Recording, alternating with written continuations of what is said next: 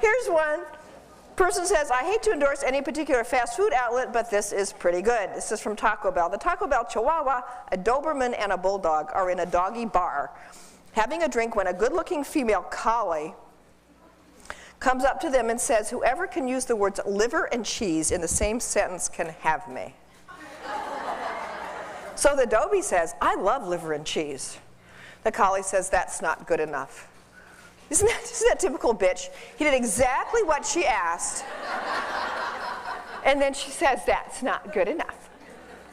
God, it's amazing they put up with us. So the Bulldog says, I hate liver and cheese. Duh.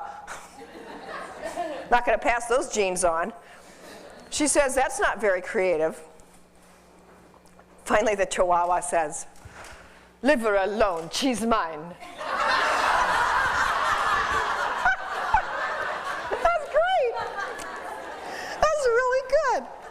There's a great article about cloning mammoths from one cell from a mammoth hide that was dug up from a gazillion years ago, only 23,000 years ago. That'll give you pause.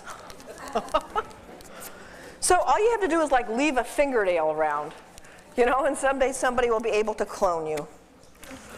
Hi guys, good morning. How are you? Are you good? Are you good? I'm good. I'm good. We've got a whole day, and I'll tell you that there's always a point in doing a seminar I think, oh, how am I ever going to fill all that time, you know, profitably and well? And we can all fill time, right? But like, so they enjoyed themselves. And somewhere right around now, and it gets worse and worse, it's like, oh no, but I didn't have time to talk about that. I didn't have time to talk about that. There's so much to do. There's just so much. We should just all go on sabbatical for a month and just all do this for a month, shouldn't we? That'd be fun. What we're going to do today is first we're going to follow up on some things that were hanging from yesterday that I want to follow up on.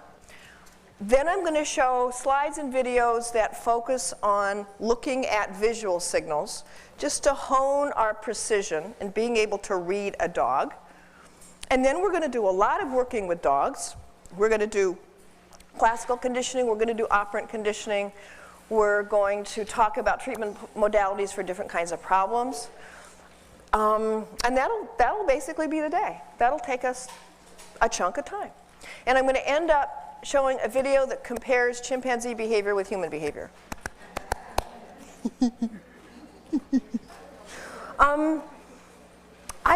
This would probably be a good time to remind you, because I'll probably forget once I get into dogness, that if you're interested in a video of the weekend, that wonderful man back there, along with that wonderful woman, and heaven only knows how many assistants, Creative Focus is selling videos of the weekend. So if you want to go to sleep now, it's fine, because you can play the replay. You know, you want to go pee and you're afraid you're going to miss something, just buy the video of the whole weekend. And you can get it through that table back there, right? Okay. I'm just going to just pick up on a couple of things that were hanging from yesterday. And the first one I want to finish up really with is my talk about dominance. Do you remember I was talking about Zimon's research where he was distinguishing that there are three categories? There's the alpha, the beta, alpha wannabe, everybody struggling to get on the top of that particular level. And then there's the bottom one. Then there's the one of individuals who just aren't interested in competing. One of the useful applications of that knowledge comes from his quantification of his observations that shows that quantitatively something we all know intuitively, which is that the difference between 1 and 2 is huge. It's the Olympics. She won the Olympics. She got the gold. You know, there's a big difference between the gold and the silver, right? It's huge. It's just huge. Winning isn't everything. It's the only thing, right?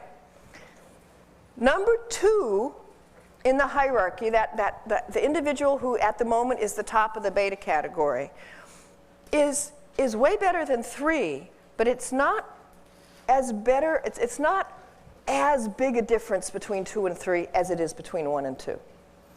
So 1 and 2 is this big, speaking figuratively. 2 and 3 is this big. 3 and 4 is this big, et cetera, et cetera, et cetera. So imagine if you were in the Olympics and you came home and said, well, you know, I'm really proud of myself. I did really well. I was 20th. And somebody came and said, well, I was 19th. You'd be like, yeah, well. You know, I mean, what is the difference between 20 and 19? It's just really pretty small, right? And if it's pretty small, then how valuable is it? It's not worth fighting over, because it's not very valuable. The difference between 1 and 2 is very valuable. The difference between 2 and 3 is very valuable. The difference between 19 and 20 is not worth fighting over. And that quantitative data is what I use to change the way I work with dog-dog aggression. I don't do what I used to do with dog-dog in the same household. You know, dog-dog in the same household aggression where you have some status-related problem.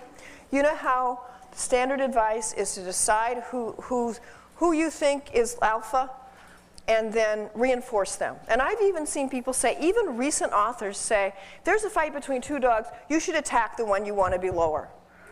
I know, I mean, that's extreme. But can you imagine? I mean, it's just not something I would be comfortable doing. But I'm not a bar fighter. I mean, some people like to fight, you know? They don't like to fight. So maybe it's partly just me. But for years when I started my practice, I did what everybody said to do. I did the standard recommendation, which was feed the hierarchy. You know, figure out the hierarchy and reinforce who you think is alpha. And there was an obvious understanding that there's a concern about whether you're right or not, you know. And I did that, and I kept very careful track of my success rate, and it was very low. It was pretty painfully low. It was under 30% for within same household dog-dog aggression, which, as you know, can be a really problematic problem. So I read Simon's research, and I spent a lot of time with Border Collie handlers who I don't want to make on a pedestal, because there's a lot of things that goes on in Border Collie field trials that I don't like. And there's the same continuum in Border Collie herding trials that there is in any other field. You know, there's the same continuum that we all know what it is. But I would see these people walk out with their 12 dogs loose off leash. During the breaks of a herding dog trial, a standard Border Collie herding dog trial, there'd be a break, lunchtime, everybody goes and walks their dog. There'd be 200 dogs loose off leash. I never saw a fight, ever, ever. I have yet to see a fight. Now, you know you're going to go to one, you're going to call me up and say, I saw one! So I should be careful. But I was stunned at how little there was. And people who have intact males, intact females, and have 12 dogs, and there's no fighting there. And I talked to them about why, what's going on. And I put those observations and those interviews together with Simon's research, and this is what I came up with, and it's just my idea. I've been using it a lot, and I find it helpful for me, which is that if you want to prevent or inhibit, you can't 100% prevent anything. If you want to inhibit within household dog-dog aggression, you eliminate the beta category. You just edit it out. So there's me, alpha bitch. Where's Trish? Have you seen Trish's t-shirt? It says, I want one so bad. Can you read it? She's back there.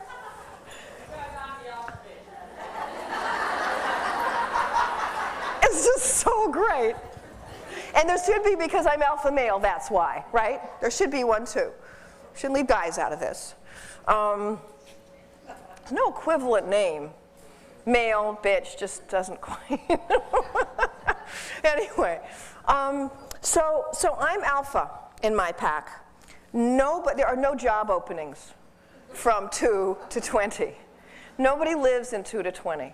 Everybody lives in 20, 21, 22, 23. Does that mean there's no hierarchy? No, it does not. There is definitely a hierarchy. If you put, I mean, you saw I put a bone, I set up the standard dominance test, which is what dominance was defined from in Canids by Scott and Fuller. I put a bone in between Pip and Tulip, and we saw who got it. So of course there's a hierarchy. There has to be. At least with most dogs there has to be. But it's just not that big of a deal, because the difference between 20 and 21 just isn't that important. So how do I do that? I follow the leader of the pack program, off and on as I need it. So I told you yesterday I don't do it every second, and I don't. I really, really don't. But I'm conscious of, for example, let me give you a great example. The leader of the pack booklet, and other, this is not my stuff, this is, everybody has this stuff, who believes in this kind of program, is that I don't let any dogs do shoulder slams or get what they want by being physically pushy. So you know the dog that pushes another dog away? I mean, we've never seen a dog like that, right? You're sitting in a chair, you're petting dog A, you're petting Marley, and Ginger comes up and pushes Marley out of the way. I never allow that. And I'm never mad about it. This is not angry or forceful. It just doesn't work. It's a very sort of matter-of-fact way to be. So if Luke would love to do this. Luke is like moi, you know, pet moi. So I'll go start petting Pip, and if Luke, for example, and he will try, will come in and just not aggressively and not even that assertively, no teeth, nothing. He just uses his body and pushes in between her and me. As soon as I see that about to start, I will do a body block shoulder slam. I will just duck down, push him back the slightest bit, or verbally, because he knows the signals, I'll say, Luke, off. And off in my pack means get back in space. It means I don't want just you don't get it. I want you to defer to me. So all of my dogs have a deferential, you know, back up. So I would say body block, and I might say, Luke, off. Or just say, because he knows he's not supposed to be pushy. I set up an exercise where I do multi-dog offs all the time. So I'll take that piece of turkey that you've got that you don't want anymore. Maybe that you do, but you want to give it to your dogs, you know. And I'm in the kitchen, and all 4 dogs are in the kitchen, and I'll say dogs off. I have a dogs, which means everybody. Dogs off signal, and everybody backs up 1 step. And then I say, Luke, Luke. Don't say, Luke, okay. I tried that for 6 months. I could never train that. They just fried their brain. They hear the last word, you guys.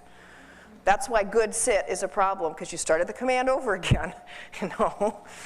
So if you say, Luke, okay, they'd break, and I'd correct them. And in a couple of months, Pip was crying.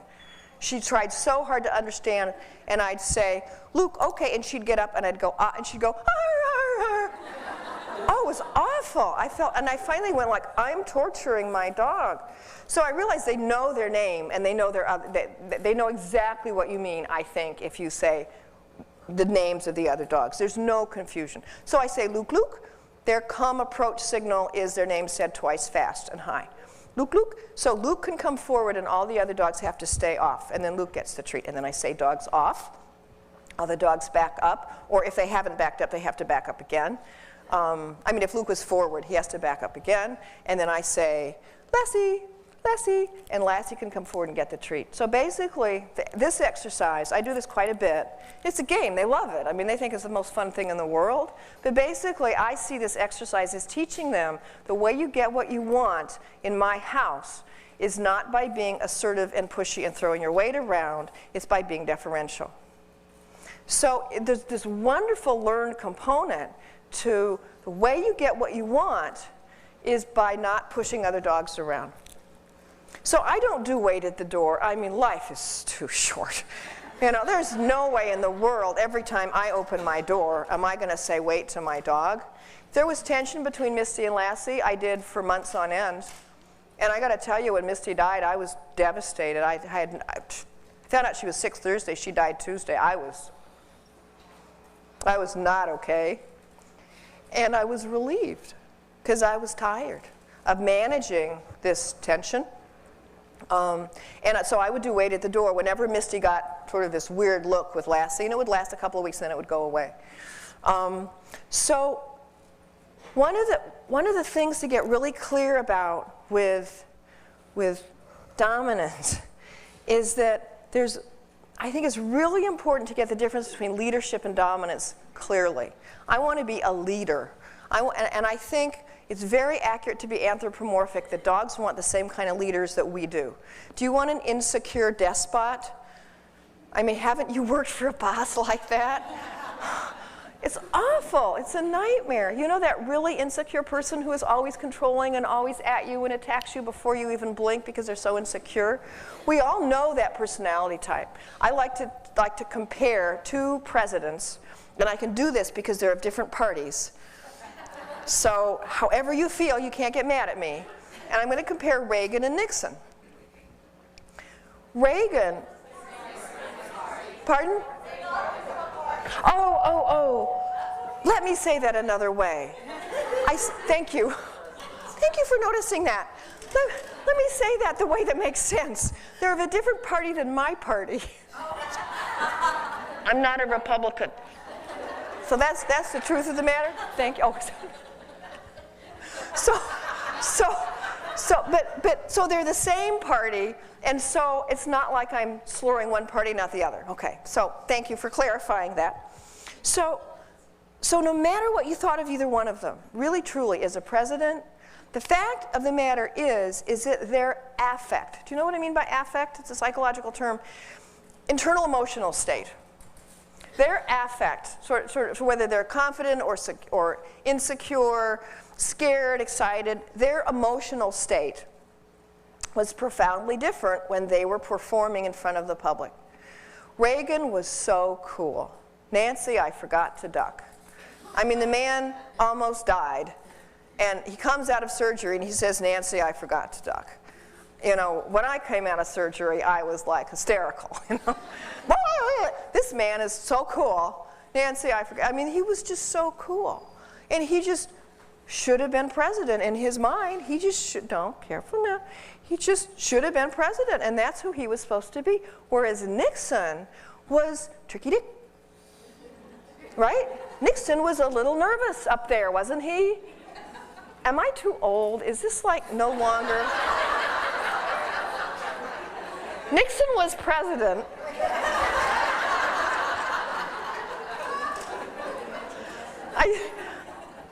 I used to talk about the Jack Benny well, which is my suggested look away, you know, and more I get people going, Jack Benny? God. Anyway, I don't know if you young'uns have seen Nixon and Reagan, but didn't Nixon, for those of you who are my age, didn't Nixon remind you of somebody, of one of those alpha wannabe dogs at the dog park? It was like pilo erected and snorting. You know? It's the same thing.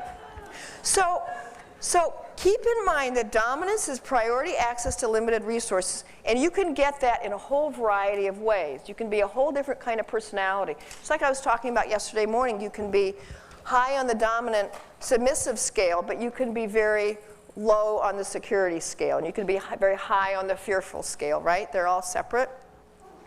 So I don't think you want to be dominant at home.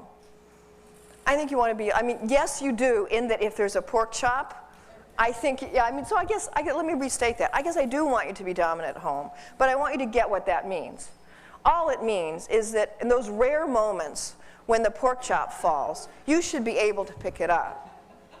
And there are a whole variety of ways to get that to happen. And one is following a status reduction program. And at the same time, I would always add on this learn component, just like my multiple dog off, where you teach the dog it's fun to be deferential, because you get what you want that way. You know, the meek shall inherit the earth. There are a lot of ways to get what you want. Little Pt4, the dog who doesn't want to stand up to sheep, the one who lost the bone to Tulip, you know the dog I mean? Guess who gets a favored chew bone often at night? And there's one. And it's on the living room floor. And Lassie's chewing on it. Luke has given it to Lassie because he's a guy and he wants to be her hero. No? I don't know why Luke has given it to Lassie, but it's a nice story. So, but Pip clearly wants it. Pip comes into the room, Pip lies down 20 feet away. And then she lies down on her side, and she does a little fish flail thing, you know? And she starts doing this. And she starts doing four-leg paws. And then she crawls her way with her head down as far as it'll go, like through the wood floor. And she gets over 3 feet, and then she lies there for a while. And Lassie sort of looks at her. She's a little faster. And Pippi squirms and weasels and thumpies her way over to Lassie. And she's just a neon sign of submission, appeasement postures. Can't hurt me, look at me, I'm like the Red Cross, you know? White flag, and that's what this is. White flag, don't shoot, don't shoot, don't shoot. And she gets over to Lassie, and then she starts licking her face. And Lassie's like, and Lassie gets up and leaves. And Pip lies down and chews on the bone. So don't think the only way you can get what you want is by force, you know, or even being dominant. Life is far too complicated in a dog pack. But you want to be a benevolent leader. Yes, you want to be able to take the bone away, but I would argue that what we want to be is we want to be benevolent leaders so that we're that secure, centered individual that we all know in human society that you want to stand beside. Aren't they just people? Don't you know those people? You just want to stand beside them. Beth Miller does that to me. Trish King does that to me. Sue Sternberg does that to me. I just want to just stand beside them, you know, because they're just secure and confident and benevolent. That's who you want to be to your dog, okay? So that's the end of my dominance rap, except as it's going to relate to dogs who are going to work. Do you have it? I'm sure there are no questions about this issue. There's no controversy about this at all. Yes. Yes.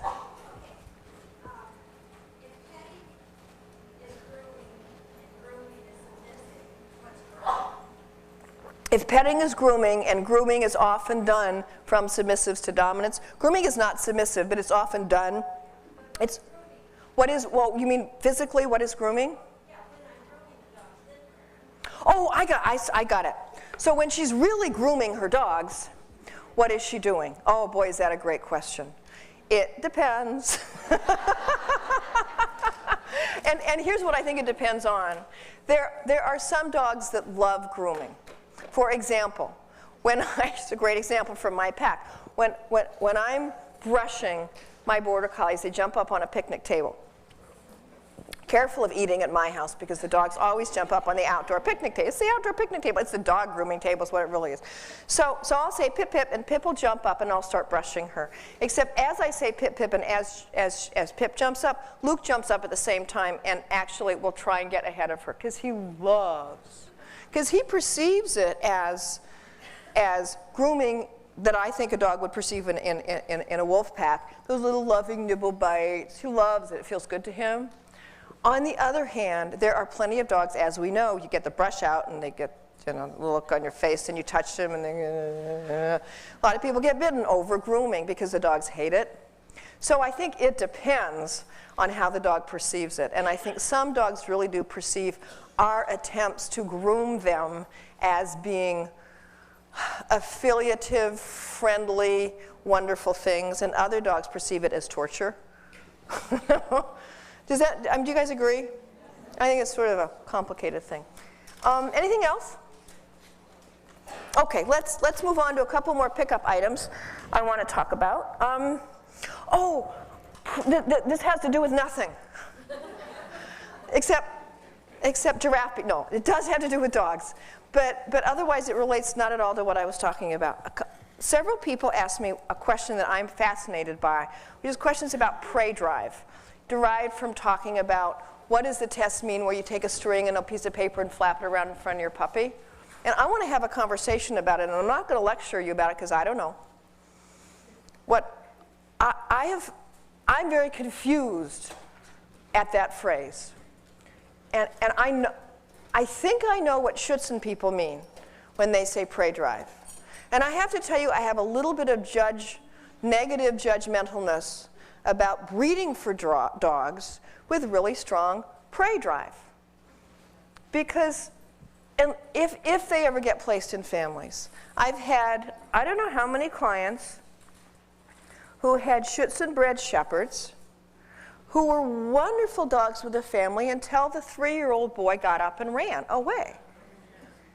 And they get right in the back. They grab him right in the back to stop him. So I can see calling that prey drive. I have a problem for breeding for it and selling him as a pet dog. But I hear people talk about that test and the puppy test as being prey drive. I hear people talk about, I know my Border Collie will be a great dog herding sheep because she has great prey drive. And I say, well, that's not what you want. You know, I had a Border Collie, a year-old Border Collie who'd never worked sheep before, in a situation in which I've often put Border Collies who've never worked sheep before. But it's not a good situation to start a young dog because it's too big. It was about an acre pasture. It's too big. Sheep got away from you and the dog could chase. Sheep rented the fence. Not good, right? So, but I've probably started literally 50 young Border Collies in that field. And 45 of them you can get off the sheep really easily because they're Border Collies and because they were bred to stop at the initial phase of hunting. They have great prey interest, but they don't have dead-on, straight, go at, and bite. That's not what you want a Border Collie to do. This Border Collie threw his tail up right at the sheep, you know, chased him down to the other end of the corner, and I said, you know, I don't think we're going to work anymore because I need a smaller area to get this dog back off my sheep because its instinct was to go straight at it. So is that prey drive? I don't know. Could that dog be a great herding dog? Absolutely. That dog could be one of the best herding dogs there is. I've seen some really great dogs start like that. But several of you asked me what I thought about prey drive, and now I want to throw it back to you. Somebody just throw it out, and it doesn't have to be right. I don't care. I just want to start. Somebody throw out a beginning sentence that defines prey drive. What is prey drive? The ability to track and bring down food.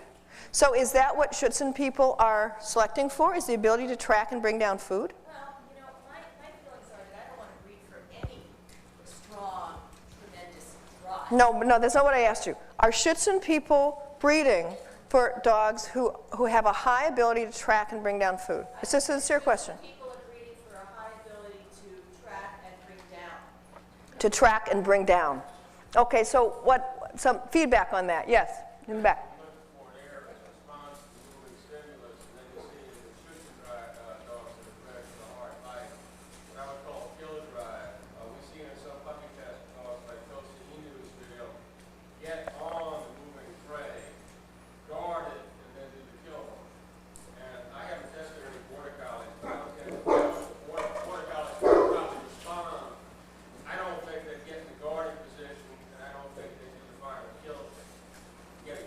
Okay, so you're saying prey drive is chasing after and stopping. I call it response initially to a moving stimulus. Okay, and that's actually how I hear it used most, is a response to a moving stimulus.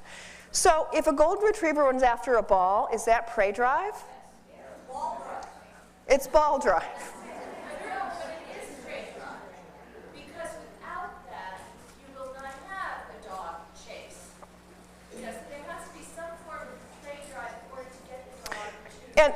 And just because I don't know, okay? I don't know and I'll get to you in a second. I don't know the answer to this, but my thought when you're saying that, what's in my head right now, is dogs are cursorial predators. Dogs run after things.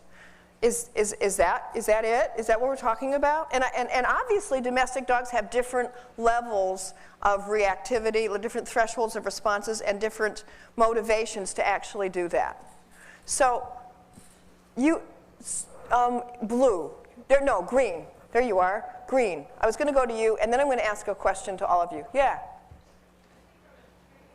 Louder.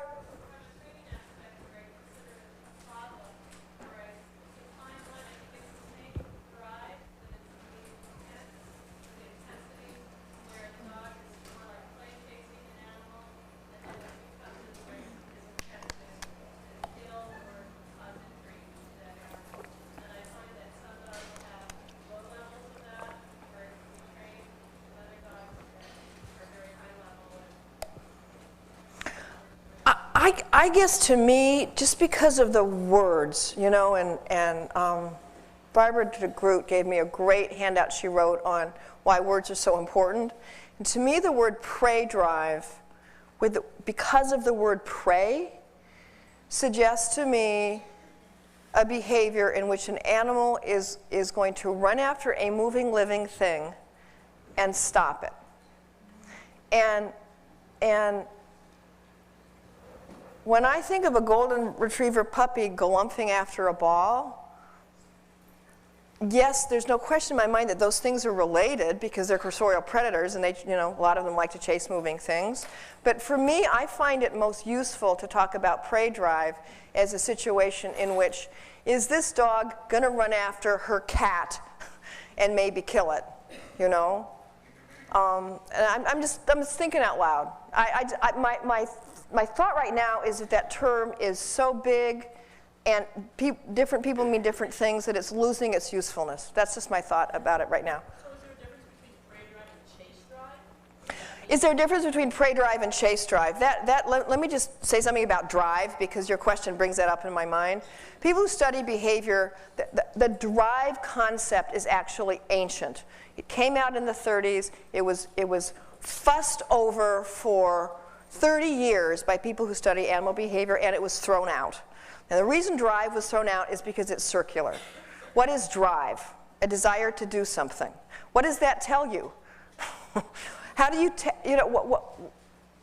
what does it add? It's a tautology. Why does he want to chase the ball? Because he has prey drive. What's prey drive? Wanting to chase the ball. You know what I mean? So as a way of explaining something, it's not useful. As a way of describing something, it is. You know, that's a dog with really strong prey drive. I'm afraid he's going to kill her cat. That I find a useful concept. But I think we need to be careful about getting loose with our terminology. And then we're going to, move on. Well, I was thinking about the distinctions between ball drive and chase drive and prey drive. And I have a feral hound who couldn't care less about chasing the ball. She would chase the lure. Yes. Then once she saw a rabbit, it was, you know, who cares about the lure? Yes. So, you know, there's chasing the lure and there's going after prey. And they are all very different things. And yes, and I agree. And I think in a great big huge umbrella, of course, they're all related in that dogs are cursorial predators who have this predisposition genetically to chase after moving things. Cursorial means you make your living by running after things. That's how you kill them. You run after them.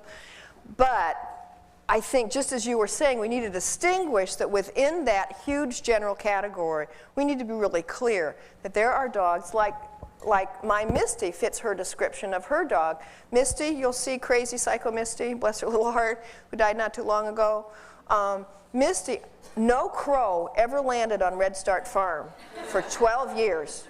She would have been, I could have sold that dog for $10,000. Have you heard that's what those golf course dogs are going for? It's hysterical. Oh, they lie down at a distance and come when called. For $10,000, man, I can have them, you know, like lie down on their toenails in your pond. You know, are you guys out of your mind? It's a border collie. Run, lie down. All right, that'll be $10,000. Jeez.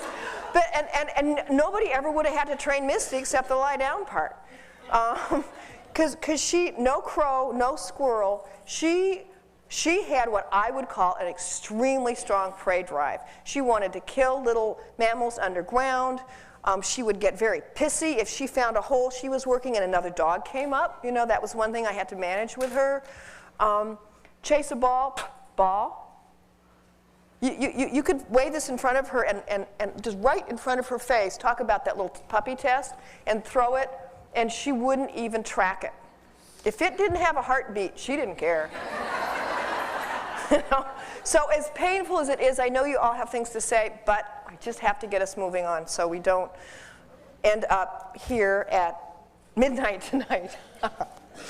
The one last thing I wanted to follow up on from yesterday was somebody asked me, and I promised them, and I didn't do it, to keep small dogs, use a body block to keep little tiny dogs from jumping up. And you know, I lied to you. Creative Focus asked me, was I going to work a dog here? And I said, no, not until later this morning. I lied. I forgot.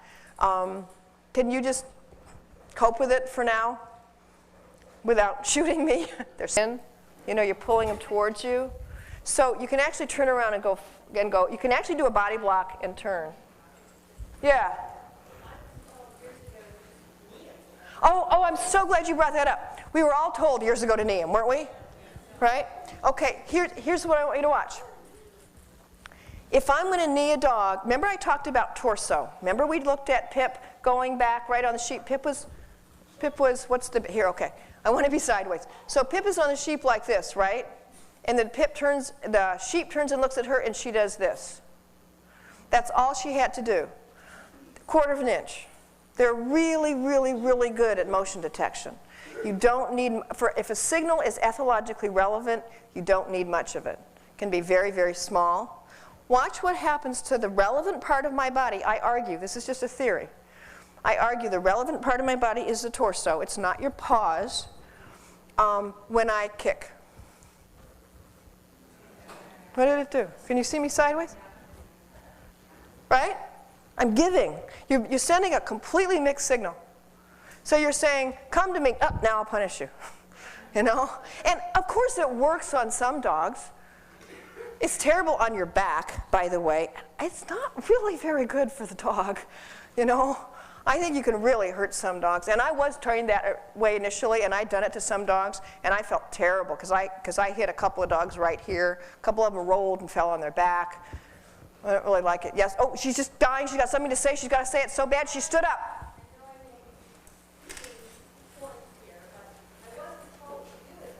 All right. Just to raise your knee up. Like that.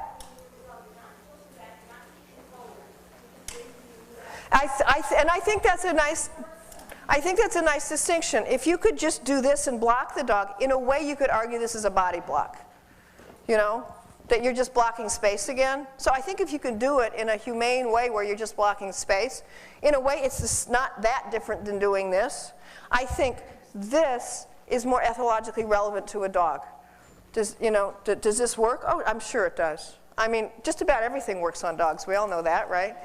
You know, Karen Pryor said if you want to learn how to train an animal, don't train a dog. They won't teach you anything. They'll learn in spite of you, not because of you, right? So let's borrow one of those cute little terriers. Oh, is we a little nervous? Oh. Let's switch doggies. Sarah. Oh, no. Oh, switch. Who's this? This is Rusty. Rusty. Oh. Whose treats are these? This is the new stuff I just got for him. The new stuff. This is Ooh. the new stuff. Chicken jerky. Chicken jerky. We are feeding our dogs better than 99% of the world eats. Oh. Rusty, are you a little worried about Mom? Why don't you come stand beside me? Because he's a little... Oh. Let's. Great idea, Amy. Let me see. Get Rachel on hold. Hi, cutie. Hi, cutie. Ooh. Boop, boop. You try it, because he's jumping up on you and not me. So let me hear. You hold on to Rusty. How's Rusty with? Is this Rusty? Yeah. That was Rusty. How's Rusty with another dog? Close by. Fine. Okay. Fine. Let me go ahead and try. Oh. Hello, Oisin.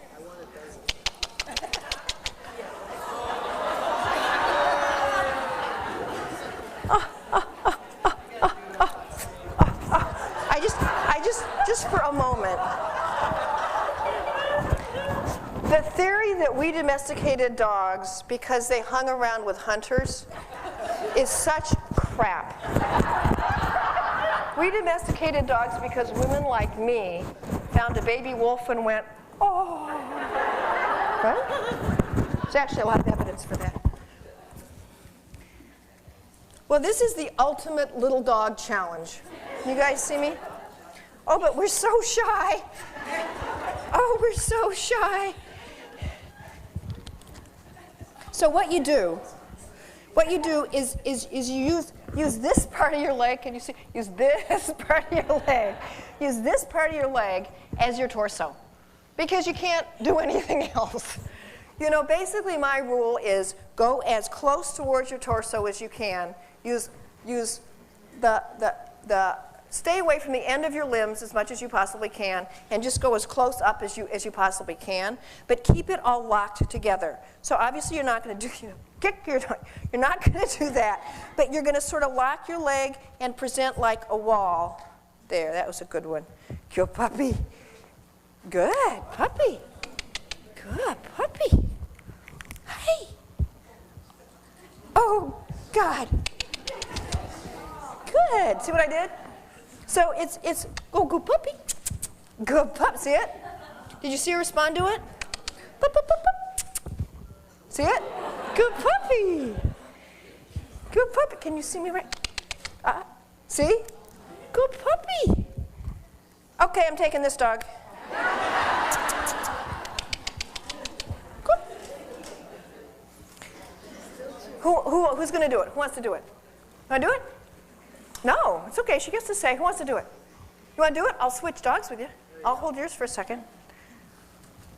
She made Jackson a day they're not jumping. Hey, Tweety. Hi, sweetie. Worried about Mom? Come on. Sort of lock your leg. Good. Good. There. Good. See, it's already. You're getting it already. See the response she's already getting? Cool. Okay. Take her back to Amy. And I want you to do it with your dog. Second. Okay, I want you to play. And do it with, because your dog's going to want to jump up and you. These, boy, this is good stuff. Smells good, huh? Yeah, you want some? Good girl. No. Looks like salmon. Here, let me get out of your way.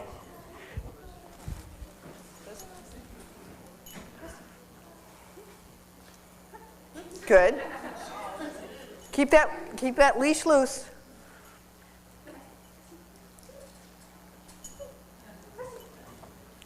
Here, use a treat to lure, or is he not luring? There. There we go. Woo! There we go. See, there you get to do a hip slam. Forward.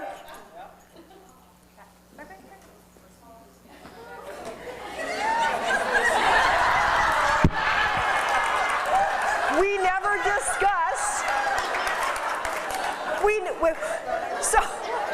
So an important, take a break for a second. An important concept to get here is that when we're talking space management, they can be doing anything.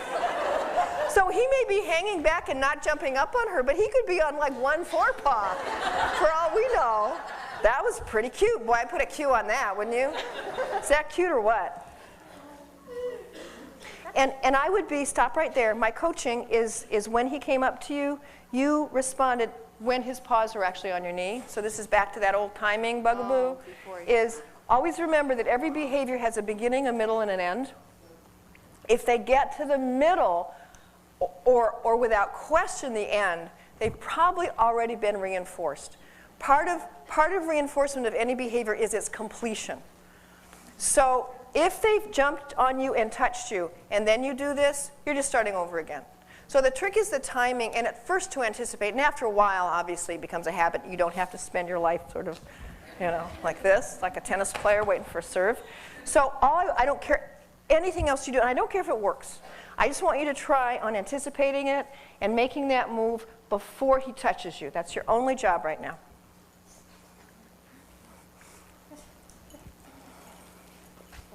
That's okay. You know what I want to do? Stop for a second. Would you guys shut those gates so she can just take the leash off? Yeah, he won't go anywhere. Yeah. Heard that before. He won't bite. And see, I don't care that he's standing up on his back legs. To you, I couldn't care less. I mean, I think it's cute. Good. Do it again. That was really good.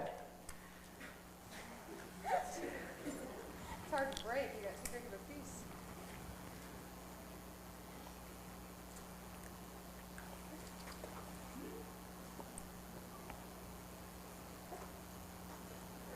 Oh, the athlete. Good, good, excellent. That's good.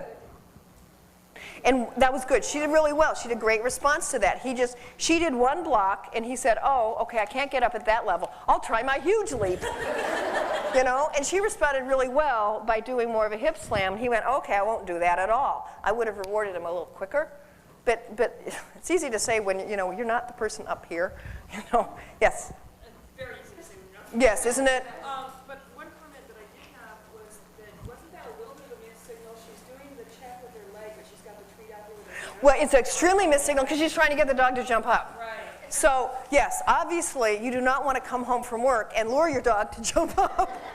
And actually, that's what most of us do. Oh, hi, sweetie. Right, right. So I think the only reason she was doing that is because you can't practice a check unless the dog actually jumps up.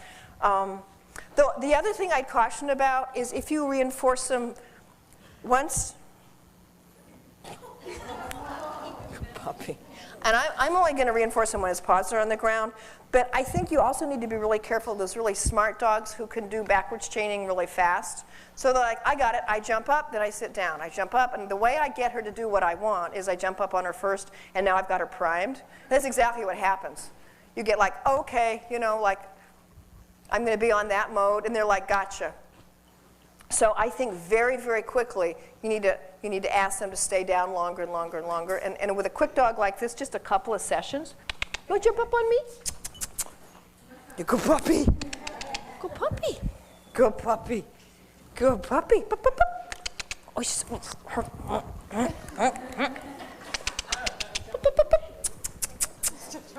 you know, those crunchy training treats just like make it hard to do multiple trials, doesn't it? Here, sweetie. Good boy. Try again.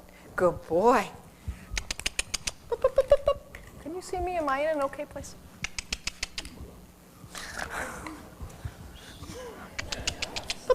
One more.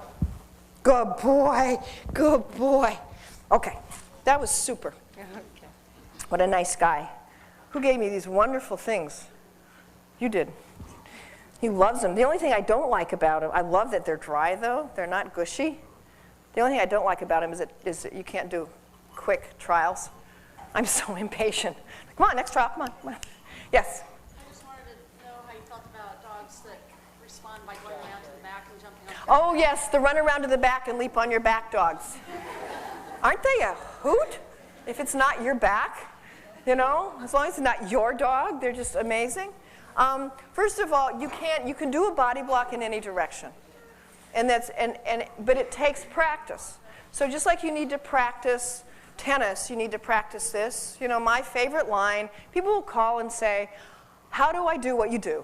How do you do what Trish King does? How do you do what all these people here? How do you do what Jean does? How do you deal with difficult behavior problems? Oh, well, isn't this interesting? You have just a fascinating behavior problem going on back there. I would separate in space more than you are, actually. So somebody trade with her. Do you want to trade places? Or are you guys buddies? No, they don't know each other. Okay, let's trade. We can work this later this afternoon. We'll put you back together this afternoon. Is there a seat over here where she can come? It's so accurate when people call and say, I want to do what you do, and what do I need? What do I need to do serious behavior problem counseling and training? And my answer is, you need to know ethology, you need to know psychology, and you need miles and miles and miles of experience with a dog, because my belief is that dog training is a science and a sport and an art. You know, and the art is I don't know why, but there's something about that dog, you know, that feeling you get, you know. You look at a dog and this little voice goes, don't, and you don't know why, you can't even say why. But there's the sport part that I think is the least paid attention to, the sport part of just physically being able to move your body the way you want him to. And you can do a body block on a dog who jumps on the back of you just as well as you can do a body block, as long as you can see it coming. So you sort of have to know about them. Obviously, you can't teach your visitors to do body block. I just have people hang a leash by the door. and put a leash on the dog before they open up the door, and then just use standard operant conditioning to train the dog the right thing to do, and inhibit them with a leash. No leash correction, but as they start to jump up, you just push down. That's all. So you just teach a new behavior. So there was another question also about little dogs who jump up, or big dogs for that matter, is that you body block them, they go backwards, but then you go to pet them, and they leap back up again. Keep in mind that this is either about play or dominance. So one of the things I tell people, if you don't want your dog to jump up, you come in the door from work, you walk in, you do just this, they sit back, you go to pet them and they leap up at you, don't pet them. No. Or think about how you're petting them, because this stimulates dogs. What if you pet them in a round circle on their chest? I find that they're much less likely to jump up. But this is either assertive or dominant, or it's a play signal. This is your muzzle equivalent, remember? So if you go to mouth there, watch puppies play. What do? They run at each other and they start mouthing right here. So I think you're giving a dog a mixed signal when you do that. So let's switch focus. I'd like to break at 10:30 today. Is that okay? Is everybody okay? You all right? Isn't it harder Sunday morning? It is, isn't it? It's like, yeah, I really want to be here, but it's like I did this yesterday. What we're going to do now is we'll go about a half hour, and then we'll take a break. I'm going to show you lots of slides and videos, and we're going to switch focus. We're going to talk about reading dogs. We're going to talk about the importance of visual signals. One of the things that is absolutely obvious by just sitting in a dog park watching dogs or watching wolves is that most of the communication between dogs is visual. So most of the ways they're trying to communicate with you is visually, and most of what they get from you is by visual signals that you're sending to your dog, either on purpose or not, right? So let me start out. I'm going to start the slides off by turning. I originally had this slide in on the puppy test, but I was looking at it yesterday morning, and I thought, is this the perfect comparison of facial signals or what? I don't know how well you can see these. Can you see their different muzzles really well? Open jaw, relaxed face, relaxed ears, relaxed eyes, confident puppy who's actually doing an interesting hip over to a dog who's doing an agonistic pucker. I mean, this is not a happy face. The puppy is not enjoying herself. Ears back, whale eye, pucker, tense. It's a lovely combination, I think, of the difference in visual signals, same litter, same puppies. So let me first talk about, let me go back to this while I introduce it. Let me first talk about the importance of visual signals. And the data I'm about to show you is from a research project I did with some undergraduate students from the University of Wisconsin. And basically what we did is we trained puppies, as we all do, to sit to two signals. We moved our hand upward with a lure in it. So we had a little treat, we had a little smelly tasty in our hands. So we're 6.5-week-old puppies. Treat went right to the puppy's nose, and then simultaneously the hand was lifted up and back, classic Ian Dunbar lure training. As the hand moved, inside the hand was a small device that made a noise, just a little bell, it was a beep really, a little tiny beep out of a watch, beep. So just like we say, sit, this particular trainer moved their hand upward and made a noise. The reason I had a mechanical noise is I wanted to eliminate as much variety as I could. Clearly there was some variety in this, but the beep was always exactly the same. Amplitude, always the same duration, so at least we got that taken care of. So the puppies were trained for 3 days until they got 10 positive trials each day. So you would do this, and when they sat, they got the food. So for 3 days, puppies were asked to sit to beep, simultaneous sound and visual signal, and rewarded if they sat. And we kept doing it until they did it right 10 times. So you might have asked one puppy to do it 10 times. They did it right every time. You might have asked one puppy to do it 25 times. That's when we quit. On the 4th day, there was no food in the hand at all. And puppies were now asked 10 times to sit. But in this case, 5 times, and the numbers, the order was varied. It was a random number selection. So there was no bias about what came first or last. The puppies were asked to sit just to one signal at a time. So the trainer, who by the way did not know the hypothesis of this particular study, it's very important that experimenters be blind to what they're going for. So they either moved they were told it was looking for breed differences. So I actually don't tell them nothing because I don't think that works because everybody makes something up. I was afraid to be right, so I made up another one, and that works really great. So they would either raise their hand up or they would just keep their hand right there and make this noise. And these are the results. The results are total number positive responses per litter. So I've summed up, it was 4 individuals of 4 different litters of dogs, 2 males, 2 females, should be Cavalier King Charles Spaniels, and I'm so sorry, I spelled Dalmatian wrong. You'd think a woman would know. I heard about that, boy, the first time. The first time I showed that. So there were a possible 20 number of positives because there were 5 times and 4 puppies each, right? And all I want you to do is compare these numbers with these numbers. There's a clear bias of positive, correct responses to visual versus acoustic.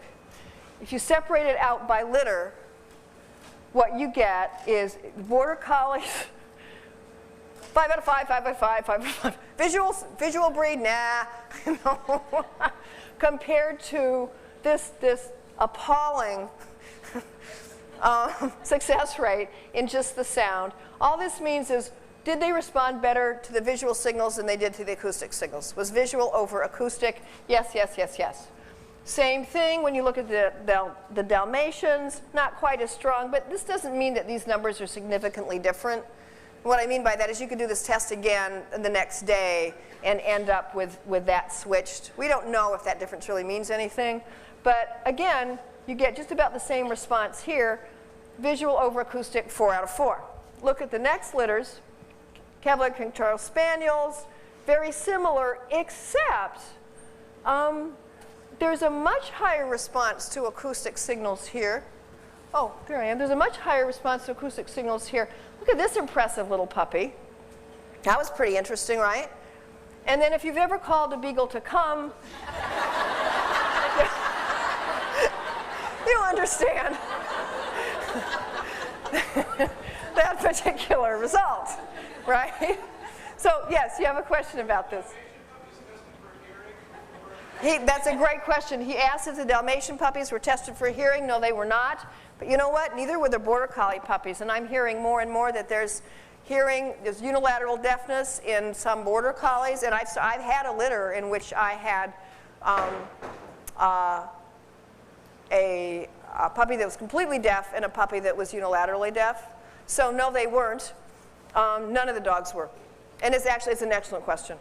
It's a truly excellent question. You actually can't test with a bear test, the evoked potential test. You can't test till 12 weeks. Did I do it? No. Yes?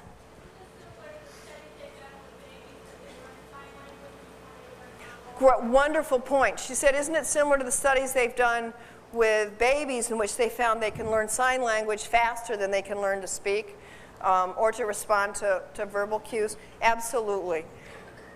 But I would say there's a huge species difference in that we eventually develop into a highly verbal species, and dogs never do. I mean, if you record the number of communicative signals that dogs give each other inside a pack situation, 99% of them are visual. Yeah, they bark. Yeah, they growl. There's actually been no good research done on the vocalizations of dogs, which is just shocking. There are over 1,000 reprints on the vocalizations of red-winged blackbirds, 1,000 separate individual published studies on the noises that red-winged blackbirds make. There are 3 on dogs, literally. And what they say is dogs bark, whine, and growl. That's what they say. Another PhD. See, I told you, I promised you 10. I'm up to 6. So obviously, if you've worked with dogs at all, I don't need to enroll you in how important visual signals are. So we're going to spend some time. I like to always be working on my ability to read dogs. And it doesn't matter how many times I've done this, I still find it profitable to continue to do it. And here's now, some of you might, how many of you have seen this slide or seen me give a seminar before? Tricia's seen it. Don't get to say anything. So if you've seen this slide, now be honest, because I know there's like a cheating possibility here, you know? You know that, like, it's just so fun to be the one who knows the right answer. But if you've never seen this slide before, what I want you to ask yourself is what are these visual signals conveying? You know, visual signals exist for a purpose. Sometimes they're involuntary, as we all know, if you've ever had a fear grimace on your own face or laughed like a fool and sat thinking inside, shut up, Tricia, just shut up. You know, when you're nervous and you're giggling and you feel like a fool. There's a lot of involuntary visual signals we all give off, and sometimes we do them voluntarily. It's the same with dogs. They're usually conveying a lot of information about internal affect, internal emotional state, and subsequent behavior. They're great predictors of what a dog is about to do. All of us who work with dogs use those all the time. Is he about to bite me or not, right? So the question is, what is this dog saying? And before you try and answer it, I want to vaccinate you that it's extremely difficult to read visual signals that are just one still frame out of a flow of continual visual signals. I've seen Sue Sternberg's version of this, in which I didn't know the story behind the dogs, and I saw the slides and went, I don't know. Heck if I know. I don't know. You know, and for a second I thought, oh no, I'm a failure. You know, it's just really hard to tell. But I think it's productive to ask yourself because it gets your mind in the right place. So let's just deconstruct this slide and ask yourself, what is going on? What are the visual signals that are relevant, first of all? One.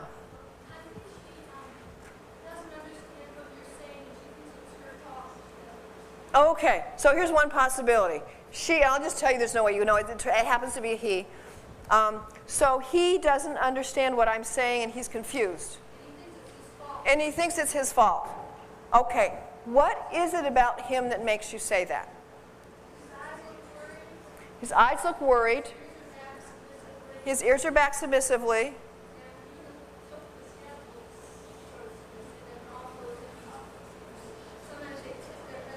And his head is tilted. Now let me continue to ask you questions about this. And this is one thing I want you to always do yourself.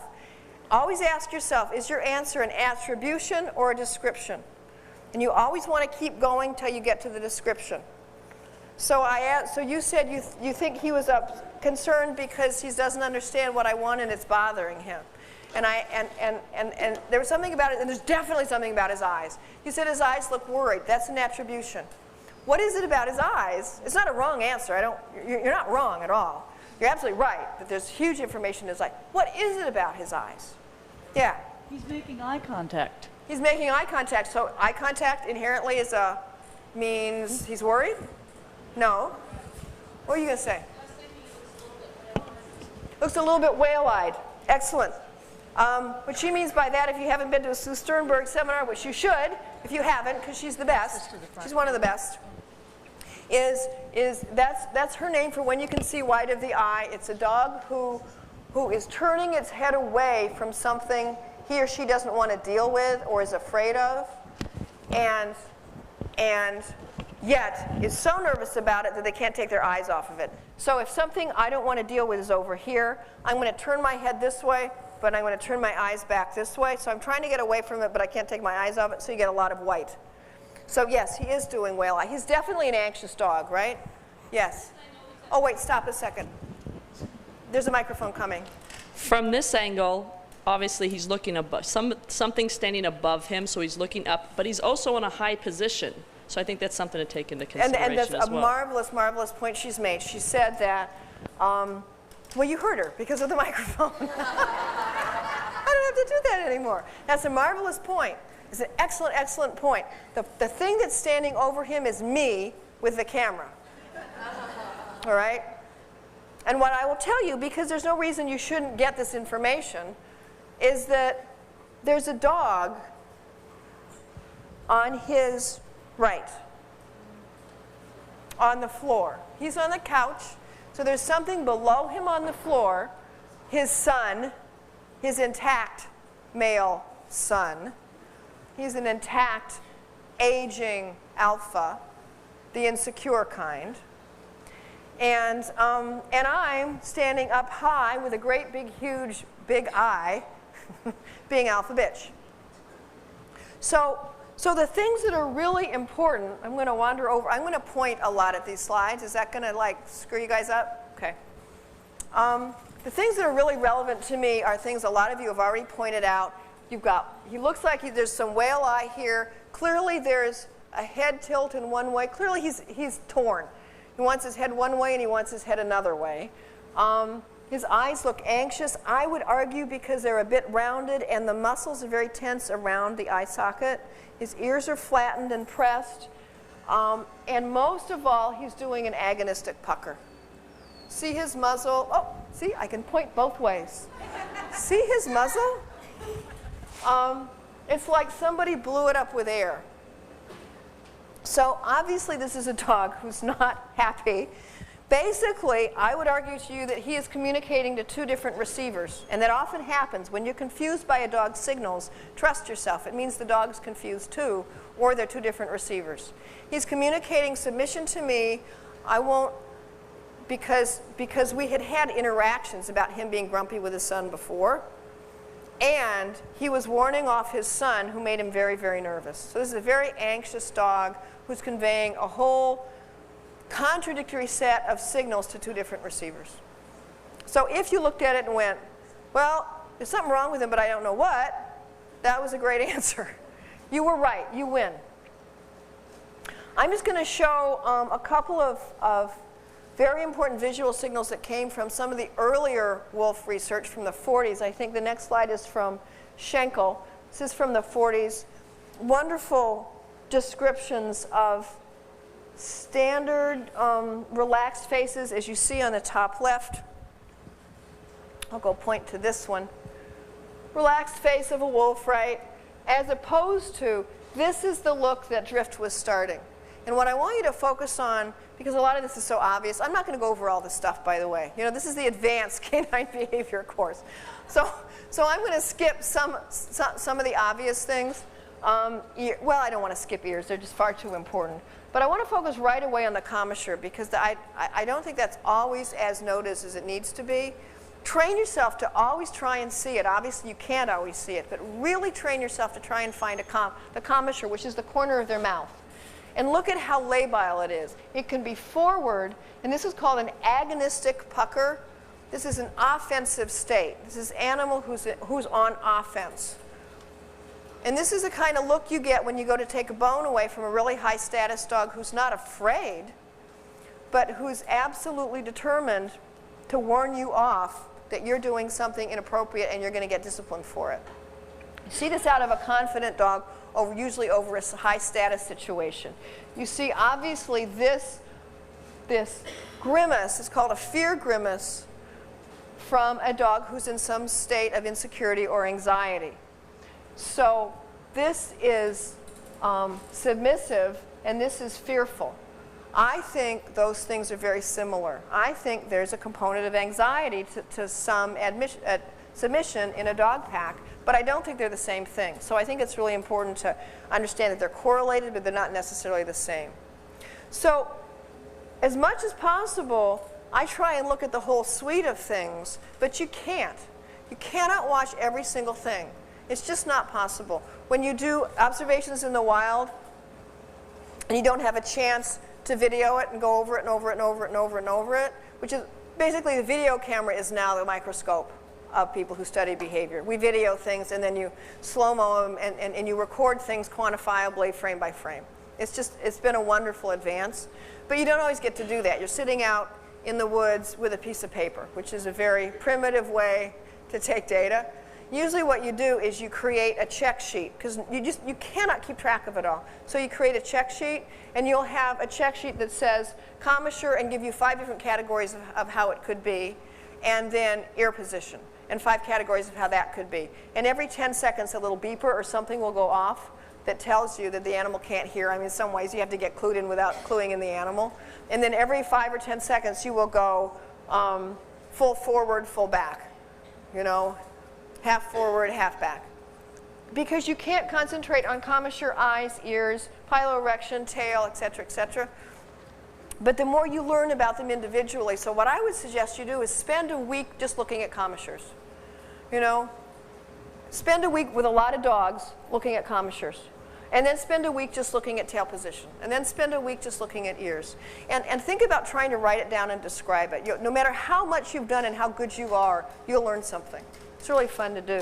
So the things I always want to look at, obviously I always want to look at ear position in terms of confidence versus insecurity, and dominance and submission, different things. I always want to look at eyes, obviously, and I always want to look at commissure. Let me just show a couple of examples of how much commissure changes can tell you. These are coyote puppies. This is from Michael Fox's book. I borrowed slides and pictures from just a whole source of people, so don't think I've taken all these slides, because believe me, I haven't. My new intern, Dr. Karen London, took some of the puppy slides that I showed yesterday. I'm really pleased to have some more slides to use. This is from Michael Fox's book. It's not a coincidence that the coyote puppy on the top has an agonistic pucker and the one on the bottom has a submissive grin. And this is the kind of circumstance in which it can give you a lot of information. Just because you see teeth doesn't tell you anything. You know, teeth says, well, it tells you something. Get the hell out of there. You know? That's what it tells you. But I love this artist. I love this artist's rendition of this dog, because I would never go in that yard in a million years. If Harrison Ford, never would I go in that yard. And why wouldn't I?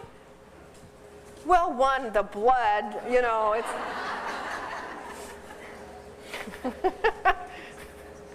I love the fang proportion here.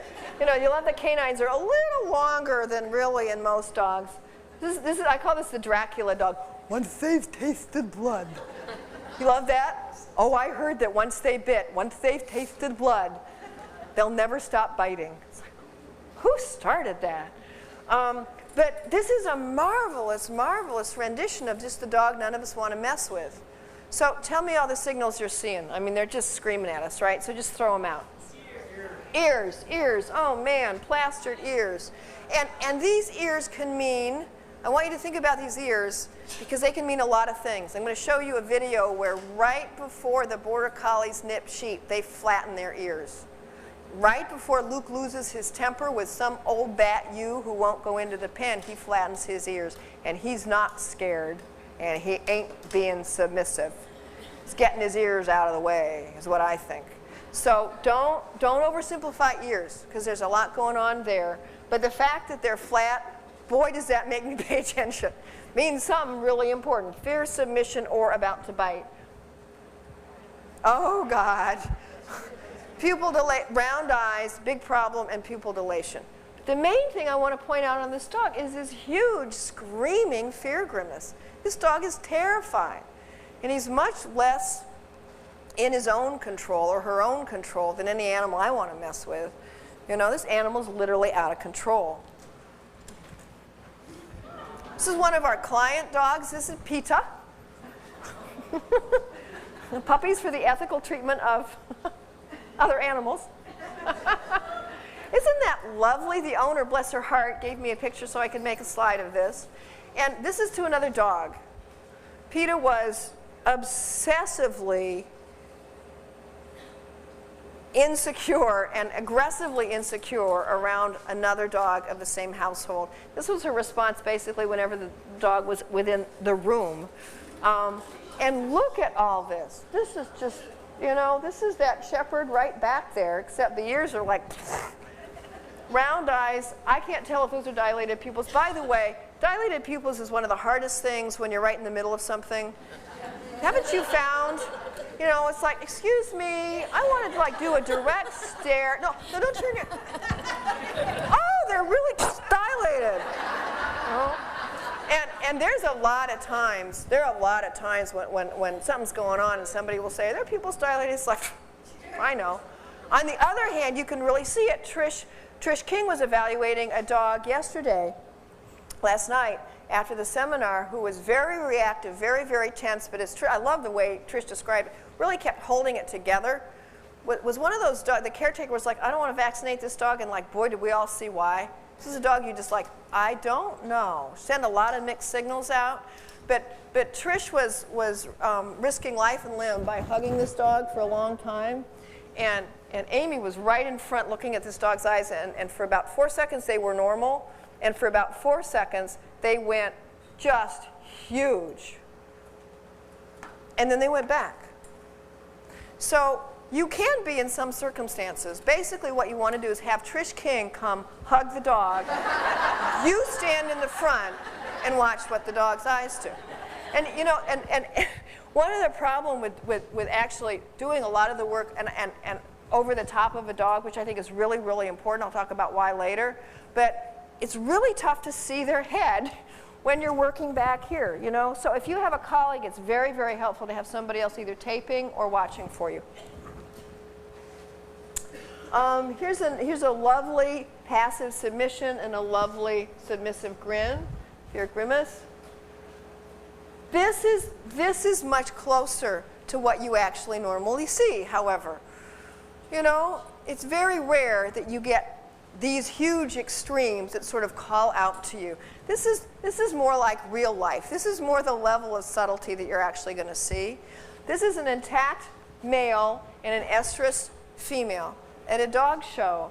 What I love about this is that I originally saw the slide and I thought nothing of it because I thought, well, you know, this little submissive grimace, she's being pulled back because this collar and leash is so tight and it's sort of pulling all of this back. Well, look at, look at his leash. And look at the difference in his commissure versus her commissure. I've also wondered if as the ears go back, the muscles here are connected in such a way that they're linked, and ears going back pulls that backwards too. It's not. It's a great hypothesis, but it's not. And I wish right now I should have a slide, if you can find one for me, but you'll see on the video, you'll see ears back with an agonistic pucker simultaneously. So they're separate signals. This is also from Wolf Park. This is thanks to the photographer at Wolf Park, who was very generous to let me use these slides. All the wolf slides you'll see are from him. Lovely tail position, by the way. Here's a lovely agonistic pucker, wolf on the top, passive submission, fear grimace, and see the tongue? Do you guys track tongue flicks? It's just so, isn't it just so important? As soon as I knew to look for them, it just meant everything. This forward tongue, for those of you who don't know, because I know there's a huge continuum of experience in this room, for those of you who are not used to it, this forward tongue out of the mouth, tongue flick, is a sign of submission or low-level anxiety. And it's a great, great indicator. And if I go to take a bone away from when I'm evaluating dogs, and if I hug it or I go to take a bone away and I get this, I'm not very worried about getting bitten. Does that mean I won't get bitten? No. Does that mean if you go hug a dog when it goes like this and you get bitten, you're going to sue me? No. I mean, nothing's 100%, but it's a great indicator. What's this? What is this dog saying? Would you pet this dog? Well, he'd be really sorry because he's smiling. Please pet me. Please pet me. And it's really hard to tell. Again, you know, so don't fault yourself. Because if you showed me this slide and I didn't know the history of it, I'd go, I don't know. You can't tell out of context. very, very often. So you always want to be able to put all this stuff together. But this is just that classic smile. What's different about it is, don't you usually see a smile when the head goes down and you get a body wag? And that's usually how I'm absolutely sure that all those teeth that I'm seeing have nothing to do with what I call a tooth display. I've had clients who called me to come and do a house call and said, you know, my dog is aggressive to visitors. It was a golden retriever, and I go over and you get just this shit-eating grin, you know, and you're getting a body wag from the shoulders back. I don't know what it is. I don't know anybody who really knows what it is. There's no question it's an expression of ambivalence. No question there's several different emotions going on at the same time. But it's certainly not a precursor to some kind of aggressive incident. And it really understandably throws people. And you cannot evaluate it without seeing the rest of the body of the dog. Pet this dog? Please don't. However, this dog could be just fine. I have no idea. Not a clue. But those really, really round eyes and that really, really, really direct stare suggest to me that given this dog's on a little short chain, that I'm going to stand out here and throw treats. And I'm not going to go kiss that little dog on top of his head. This pupil constriction could be very, very important, but it's not, because he's looking right in the sun. But one of the things about pupil dilation that you can see is usually what you see from pupil dilation. Every once in a while you see a dog whose pupils are just huge and they stay that way. And you do see that. But you also see this flare. And that's really what we saw out of the dog that Trish was looking at last night, was you see this change. And that's what you want to look for. You go, it'll open and then shut. And that's what you want to look for if you're really in that circumstance and you really can. Don't always think that round eyes are a threat. Would you pet this dog? You know, it's actually not looking right at you. So what's the difference? You know, round-eyed threat. It's a wonderful example of not to oversimplify things. Pretty huge difference. Let me just briefly talk about reading postures. And on this one, obvious tail differences, what I want to emphasize on this one is that torso movement, that whole body blocking thing I was talking about. Do you see how the submissive dog is giving in space and how Drift is taking it? Once you start seeing this, you start seeing it over and over and over again. Here's that mess that that leads us all to say, come on boys, let's go on a walk, right? We think a lot of what this standoff is about, head to tail, circle, circle, circle, circle. It turns out a lot of the explanation for this circling behavior and that sort of tense, stiff-legged interaction probably has to do with a very strong tendency, and this is a story, but it's a good one. It's a very strong tendency in many, many male mammals, especially ones with a social hierarchy, and who can hurt each other, to provide information about themselves at lower rates than females do. So there was a research project in France in which looked at anogenital sniffing and showed that females provided access to their butts to be sniffed by other dogs at much higher rates than males did. And you can look at primate species, and it turns out that if you look at males of a lot of similar kind of social systems, not species, but social systems, males want information, and they tend to want to keep it. You wondered why this was important to guys, didn't you? This is the answer to this. And my take on this is this is basically, can't sniff my butt, but I want to sniff yours. Can't. So they're moving theirs away while they're going to the other one. So they get in these absurd circle things, you know, and they can get stiffer and stiffer and stiffer. And when I get into one of these tense, boy, does everything look a little equivalent here, face-offs. That's when I just get him, let's go on a walk, you know, let's just get out of this. This is the last set of dogs you want to run up to. What do most of us do? We provide marvelous visual signals. Okay, imagine we're all standing around. This, you know, this is your dog and this is my dog. And what most humans in the world are going to do is stand there and, one, stop breathing. Just like dogs do before they bite, right? Get all tense, stop breathing. 2, get round-eyed, just like dogs do before they bite. 3, do an agonistic pucker. And then add pressure by going, no, no, bandit, right? It's so hard when you see that to take the pressure off. It's like those herding videos. Take the pressure off. Don't add to it. Take it away. Go backwards. Walk away from it. Get out of it.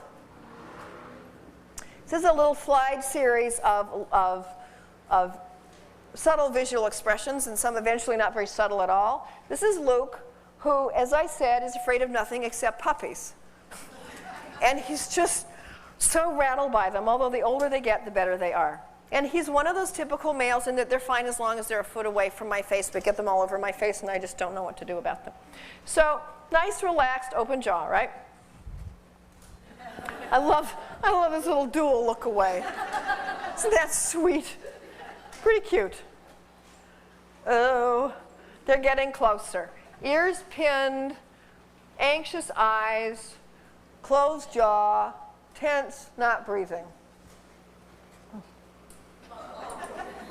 Grovel, grovel, grovel, grovel. Still closed jaw, still ears pinned, still not breathing. See it? See the change in his mouth? We're working on an agonistic pucker here. Whale eye, ears pinned, agonistic pucker. There are more of them now. There are more of them. Oh, God. And we're finally going to say, you're just really going to have to leave. Never bitten a puppy in his life. Never hurt a puppy. You know sweet little Pippi? You know the little black dog who was so sweet and maternal, and the wonderful little ant dog you saw in the video? Only one who hurt one of these puppies. Bit it. Bit it too darn hard. Bit it inappropriately because she was desperate about her food. Little bitch. Never hurt a puppy and, oh, God, get away from me. Oh, please get away from me. This is my non-judgmental, positive regard in your dreams look. You know, isn't this a great, just mad dog face? Luke does just a great, I just hate this. He just reminds me of a dour old Scot. I want a Scotch. Out of here. And here's Pip, like wonderful mommy little Pip, who really is a wonderful ant dog most of the time. Open jaw, totally relaxed. It's this wonderful passive submission. I'm going to talk about this in a minute. I'm going to go a little over from 10:30. Are you all right? Are you okay? We've got like 5-10 more minutes. Is that okay? Yes? Okay. Wonderful passive submission. Have you noticed how unpassive passive submission is on a puppy? I don't know who coined those phrases, but they're just not accurate descriptors. Active submission is leaping up and muzzle licking. Passive submission is lying over on their back. You watch puppies do it, and they're just flailing everywhere. This little puppy is in motion, believe me. And more in motion. And that's a stress yawn. And I just wanted to spend a moment talking about yawns because I think many of you know that a really important visual signal from a dog is a yawn. Turid talks about yawns as appeasing, and I think they can be a very valuable thing to do, but I think it's really important to get that all these signals that dogs give that decrease conflict or tension are not done intentionally by the doer, all right? They may have that function, but yawning is done by slightly anxious individuals. So does it help to yawn back to your dog? I don't know. I'm really not sure about that. I'm curious. I'm fascinated by it. I love it. I just think it's a great hypothesis. I don't know, because you see animals yawn when they're anxious. Do you remember that video I showed you of Pip when she was tooth displaying? Finally, this is right after that. I had her on a down, say she really wanted to leave. She was slightly stressed and anxious, and she yawned. Yawning is a great indicator. Although I do want to mention that, sometimes dogs really do just yawn, just like are you stressed right now? What? Caught her yawning. Isn't it interesting that it's catching? It really is catching. It's a fixed action pattern. It's called in behavior. Once you start it, you can't stop it. This is just this classic T greeting posture, and I just bring it up to talk about the importance of this area of the dog's body. This is very loaded. This is why so many dogs bite when you put your hand over the top of their head. One, because I think they're scared. They lose your paw. They're afraid. You're disappearing behind me, but you're disappearing in the area where you either get a lot of dominance interactions or you get killed. This is how you kill mammals, is you grab them by the back of their neck and you kill them. It's a very vulnerable part. I actually had a client who called me. They had a Great Pyrenees male who had the 3-year-old son of the roofer on his belly. The kid had the child, it's a 130-pound dog, had the child by the back of his neck. And the owner literally said, "I'm not too worried because he wasn't anywhere near his face." We had a discussion about how worried we ought to be. We were so worried we euthanized that dog, by the way. That is how worried we got, which is to his credit. The dog was going to kill the kid, is basically what it got down to. Kid was fine. Kid was fine. The dog did, to the dog's credit, the dog inhibited his bite.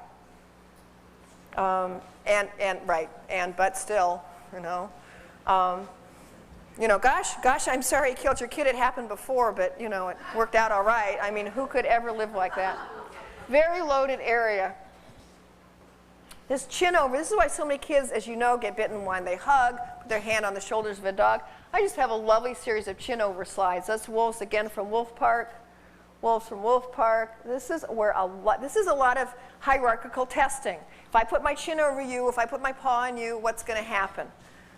So a lot of the way I evaluate a dog for status, I do a lot of it. I do a lot of putting my hand on top of their shoulders, and I watch their face really carefully. Put your hand, hug them a little bit. You want to see what kind of reaction you get. There's a muzzle punch. Again, it's all right around that area of the dog's body. It's very, very loaded. That's why that old advice about getting a dog to lie down when it won't lie down is sit beside it, put your arm around it, and then pull its legs out from under it. Great way to get bitten. Dog trainer in Madison got shook like a rag doll by her hand by a 90-pound lab from a humane society. Had it for one day. Dog was goofy labby all night long in the training, but wouldn't lie down. If you have a dog won't lie down, you really want to go like, what is up with this? And she sits beside it, puts her arm over this area of the dog to get her hand on the other side so she can slide his legs forward, turns around, pins her, and shakes her like a rag doll, and permanently injured her hand. Don't mess with that unless you're evaluating temperament as a professional. They do it as puppies. Here's a butt over. Started as a chin over, puppy kept moving. Standing over, higher level. And I'm gonna stop here. Let's take a break for 15 minutes? So let's come back at 5 of. This is just one quick thing I want to say about dominance alpha rollovers. Don't do them. Don't do them. Not that many years ago, I was at a client's house, and this is a very intelligent, articulate, loving, benevolent woman, responsible dog owner, client we all want to have, right? The dog owner you want to have. And she said, and I always ask people, one of the questions I ask people when I take a history is, give me 5 words to describe your dog. It's fascinating. You have 5 words, give me 5 adjectives or 5 adverbs that describe your dog. And one of hers was very dominant. Well, that's 2 words, but it was notable that she couldn't just say very, very dominant, she said. And I said, really, why do you say that? Always ask what. What is it the dog does that makes you say that? You know, what is the dog doing that makes you say he's fearful? What is the dog doing that makes you say she's dominant? Well, she said, she's very resistant to the alpha rollover. And I said, really? Why don't you show me what you do? And this is what this woman was trained to do. So she goes over to this little heeler corgi cross, who's just this cool little dog. And she goes over, she goes down, and she puts her hands on, she scruffs the dog. Okay, she goes, grabs the dog by the scruff on either side of her chin, whips her up in the air, slams her down on her back, down on the ground, and the dog went, didn't growl, no agonistic pucker, just clearly hated it. And she turned to me and said, see? This is a really cool lady. And she was taught by a dog training expert what to do, right? So in your efforts to join on the great anti-alpha rollover team, let me give you some more ammunition. Some ammunition is that dogs don't do it, and let me show you exactly what they do.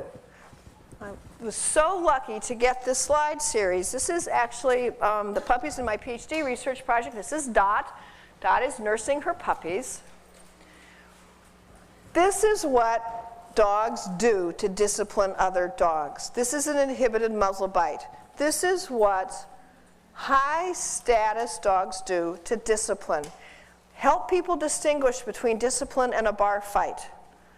Scruff work is either play or a bar fight. It's a brawl. You want to get in a barroom brawl with your dog, go ahead.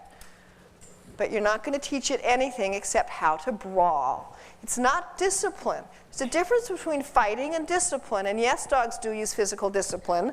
Yes, they do. They use it more than I choose to. I don't eat placenta either. You know? So first of all, the fact that, somebody said, well, we should do it because mother dogs do it. I'm not going to buy that. I haven't rolled in a dead fish in months. You know, just because dogs do it does not mean we should do it. It's good to know everything they do naturally. It doesn't mean that we need to take it on. Second of all, they don't do it. They just don't do it. It's just not true. And the animal behavior, the certified animal behavior email list went through, I don't know how many days of talking back and forth to each other, asking years ago, has anybody ever seen an adult female dam do an alpha rollover on her puppies? And it was no, no, no, no. You know, do a scruff alpha rollover, no, no, no, no, no, no. You see dogs pin other dogs. You know, you certainly do. And you know, certainly you see a dog go here and pin them.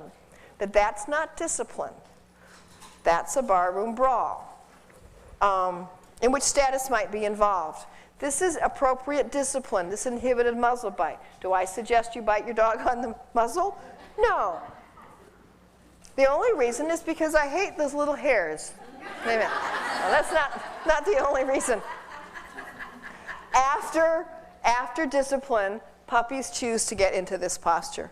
So when people are saying to you, but dogs do it, just use those two. One, when was the last time you ate a placenta or advised somebody else to?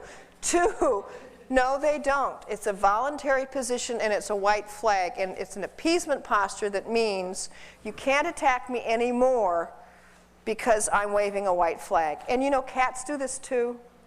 And this is probably the explanation for, you know those cats who roll over and then you go touch them on their belly and they attack you? The best we can understand, certainly there are some, you know, cats don't read the books, they do whatever they want. And there's certainly some cats who do this truly as an invitation to be petted, but very rarely. And I think people often think when a cat rolls over on its belly, it's an invitation. Just like when cats rub against you, people think, just because the cat is rubbing against me, he wants me to rub my body against him. No, he doesn't. You know, it's a nice story, but it's wrong. He's scent marking you. You want to, you know, scent mark him in some way, you can talk about it, but he doesn't want you to pet him necessarily. They want you to pet him necessarily. And the belief is from research, shockingly, again, in Cambridge, right, England, again, a lot of great stuff going on in Europe, is research they did on cat societies who lived, they weren't feral, they were in big enclosures, they weren't with people. So they watched cat societies and found that the highest rate of this posture in cats was done by juvenile male cats who were being attacked the most by intact males. And it seems to be a posture that's like a white flag. And if to a cat you go over and touch their belly, you're the psycho, you're breaking the rules and you're still attacking them. So they're on defense when they're doing this. Now, I think domestic dogs immediately, maybe at 3 weeks, learn to do this because it's pleasurable, you know. They also are much more submissive as a species than cats are. Cats not even being domesticated. Here's another lovely muzzle bite. This is from Michael Fox's book again. And that's the end of the slides. I'm going to go to video now. Is this baby warmed up? Shall I just put it in? Turn this off? And I want to introduce the video for a second. Because you're going to just see a video of a bunch of interesting visual signals. But the first thing you're going to see is an example of how good we all need to be and aren't yet. I want to show you how fast dogs are and how important it is to get so good at reading visual signals that you're like one of those tennis players who can watch the seam of the ball. You know how professional tennis players will say they know which way the ball is spinning because they watch the seam. Amy's a big ball player, tennis player. She would be able to do that. I cannot see the ball. You know, it's like, oh, it's over there. Because it's going 80 miles an hour, and I'm not trained to see these things. The better you get, the less you need to see it, right?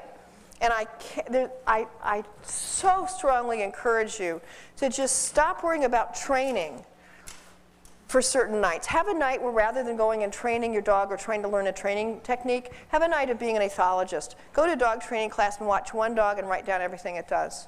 Focus on the commissure. Focus on this. Focus on that. Continue to constantly work on your skills as an observer so you can see the seam on the ball. Because this is how fast stuff happens. Dogs have more insulation around their nerve fibers. They have more myelination, which means that their nervous signals actually carry faster through their body. I need the remote. Duh.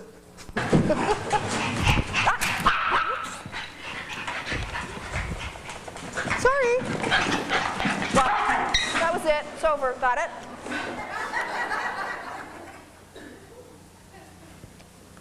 This is slow-mo. This goes at each frame.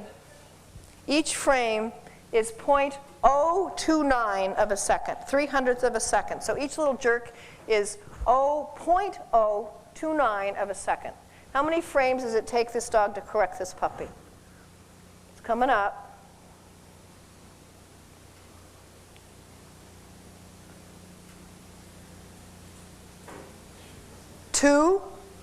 6/600ths of a second, maybe? Didn't take long, did it? So that's how good we need to be, you guys. Pretty amazing, isn't it? I don't know if I broke your thing. I really hope I didn't. I don't think I did.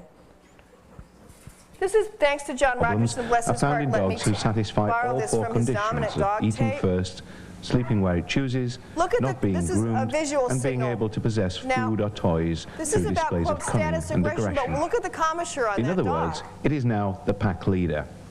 Its instincts tell it that it owns the house. Can I pause now? I don't know if I can get it to pause anymore. I want to pause for a second. Did it pause? I wanted to make a note about that terrier that you just saw from John Rogerson's tape and those visual signals. Did you notice a difference in its commissure from when it was under the table and up on the bed? Did you notice it, or is it just me? No? Let's do it again. Let's do it again.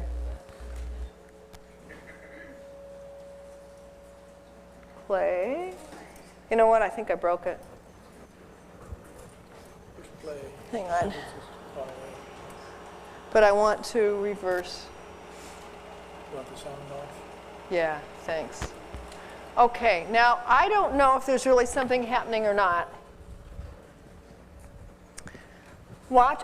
Watch the commissure and compare context, particularly height, low versus high.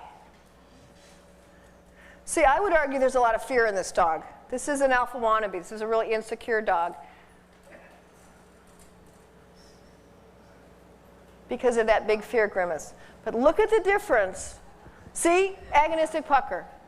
Don't you, my take on this is that it's up high, it's got a little bit more confidence, a little bit more of that offensive pucker. This, the defensive versus offensive. Lovely little tongue flicks out of this shepherd. Can you turn the sound on quickly or not? It's not a crisis. Say the P-A-W word. Where does has your paw? Every time she said paw, you get this. Low level anxiety. Look at how nervous this dog's eyes are. Just got a little more. Classic tongue flick of an anxious dog. Got this dog as a stray. See if you can sort of change the subject a little bit. Wow. She's going to pick up a frisbee and try and take it away. Listen carefully. That's excellent. Now call him back. Hey, Brutus, come here. Ask him to sit. Sit, Brutus. Come here. Brutus, come over here and sit. And say, How's your paw? How's your paw, Look away, whale eye, tense, ears in a strange posture. But she can take it. What are you doing with that? Grudging, and then the tongue. Good dog. Real anxious. But she's back on the dog's paw. How's your paw? Here's Psycho Misty. Here's my little crazy dog. Bless her little heart. Lassie. Hand. Open mouth, open mouth. Closed jaw. Closed jaw. Stress yawn. Nice. Stress yawn. Watch. Watch. Lassie's going to come around. Everybody's panting, but Over to by Misty. Watch Misty's face. put the camera on Mist. Lassie. Hello. Oh my God. A lot happened, right? Did you see all those things that happened? You're going to see it in slow-mo. Tongue flick, anxious, whale eye, tense. Tongue flick, whale eye, closed jaw, hard eye, right?